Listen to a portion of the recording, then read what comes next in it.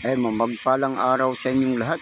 Magandang araw sa inyong lahat. Magandang umaga, magandang hapon, magandang tanghali, magandang gabi, magandang araw sa inyong lahat. Saan man kayo naroon, magandang araw sa inyong lahat. Muli na naman tayo mag-update sa ating Manila Bay, Dolomite Beach.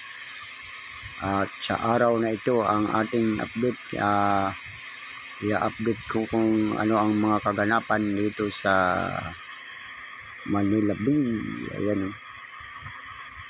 Kasalukuyan na marami ngayon ang mga namamasyal dito sapagkat malapit nang lumubog ang araw. Ayan, mayroong dito mga nanuhuli ng tahong. Ayun, nangunguha ng tahong. Ayan. Ano ngayon ang dagat? Low tide ang dagat ngayon, kaya ano, parang malawak ngayon ang mga buhangin sa tabing dagat. Ayan, marami ngayon ang namamasyal sa ating Dolomite Beach na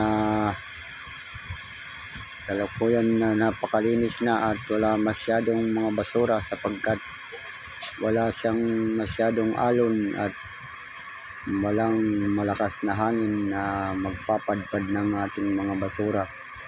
Mayroon man kunti-kunti yung mga damo-damong dagat. Ayan, napakalinis na yun at maraming namamasyal. Ito yung pagbandang kanan ito pagka pumasok ka sa entrance ng lugar na ito dito. Yun yung ano, sa bandang kanan pagka nasa entrance ka, pagpasok mo. Ayan o. Malinaw na malinaw ang dagat. Bagamat low tide ngayon, low tide. Ayan o. Ayan, marami pa rin ang mga namamasyal dito at bandang hapon na ito. Sa araw na ito at malapit nang palubog ang araw pero mainit pa rin. Mainit pa rin ang araw sapagkat talagang ano, mainit ang haring araw sa ngayon. At saka low tide ngayon, low tide. Ayan o. Daming mga tao pa rin nang namamasyal dito. Ayan o. Patuloy nating pasyalan ito at ating i-update sa ating mga viewers natin dyan na walang sawang pagsuporta at sa ating pag-update dito sa Manila Beach. Pagkat kahapon ang ating update ay Manila Bay pa rin at mayroon mga nag-rally kahapon na parang tinututulan nila yung tambak sa karagatan ng mga buhangin na ginagawang reclamation area. Kaya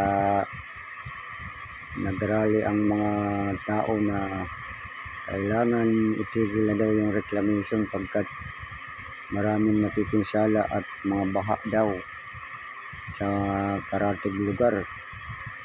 Ayan, marami pa rin ang nakapayong dito bagamat kahit hapon na, papalubog na ang araw pero mainit pa rin at parang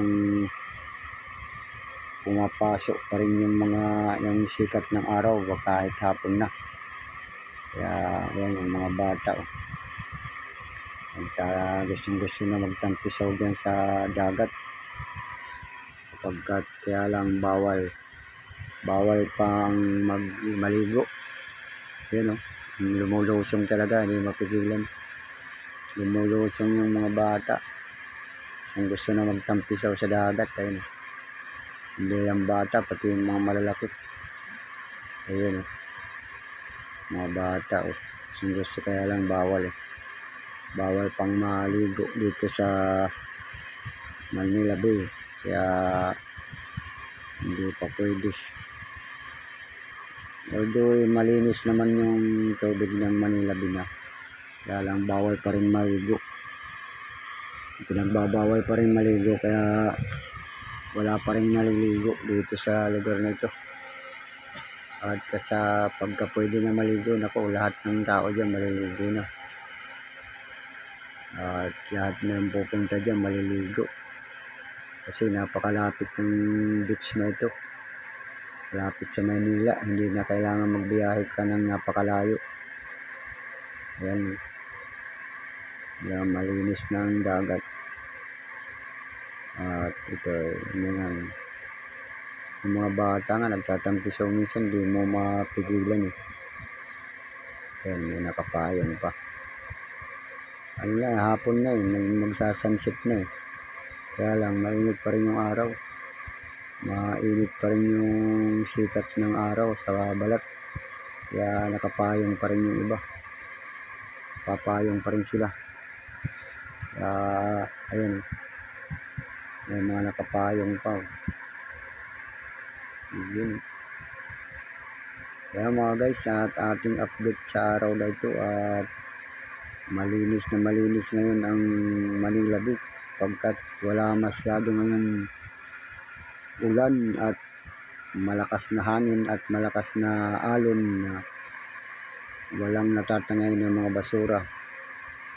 At bagamat ng mga nakaraang buwan, makaraang linggo at maraming mga basura na napadpad dito, agad-agad naman nalinis ng ating mga masisipag na MMDA at saka mga maintenance dito na ating tunghayan na walang matitirang mga basura at kinukuha agad ng mga truck.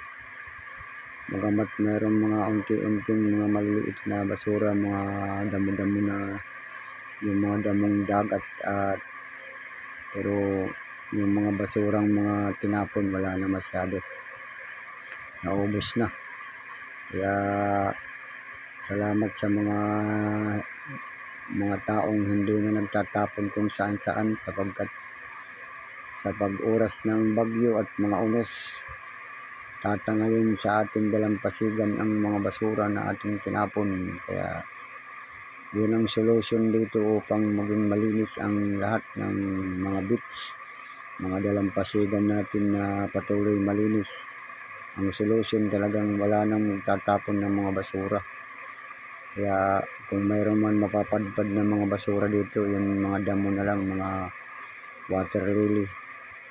Wala na yung mga plastic, mga bottle, plastic bottle, mga kung ano-anong mga basura. Dahil kung wala nang magtatapon ng mga basura. Kaya ang mapapadpad na lang ng mga basura siguro kung hindi maiwasan, may mga kawayan, mga kahoy o kaya mga water lily o yung mga damong dagat. Kaya kung mayroon, wala nang mga basura na daming basura na talagang hindi katulad noon na napakaraming basura talaga. Talagang as in basura yung mga tinatapon kung saan-saan, yung mga buti, mga plastic, mga plastic ng mga sitsuriya, mga kung ano-ano mga pinagbalutan ng mga pagkain. Kaya unti-unti nang mawawala pagkat ng mga tao kung wala nang magtatapon ng mga basura, siguradong wala nang basurang darating dito sa ating dalampasigan. Ayun ang pinaka-dabis na solution pagka wala nang magtatapon ng basura, o di wala na tayong lilinisin na basura dito at wala nang darating dito sa Manila Beach.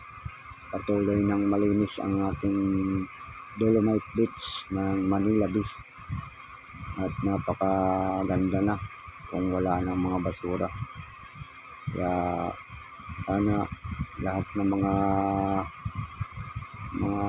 ating mamamayan na wag na magtapon ng kung saan-saan ng basura para wala nang tayong mga darating na mga basurang, mga sari-saring basura, mga plastic, mga bakit, lahat ng mga basura. Kaya maraming salamat sa lahat ng mga ating subscriber at sa ating mga silent viewers na patuloy na nanonood sa ating update dito sa Manila Bay, Dolomite Beach. Kaya maraming salamat sa inyong lahat, sa lahat ng ating mga viewers na patuloy na sumusuporta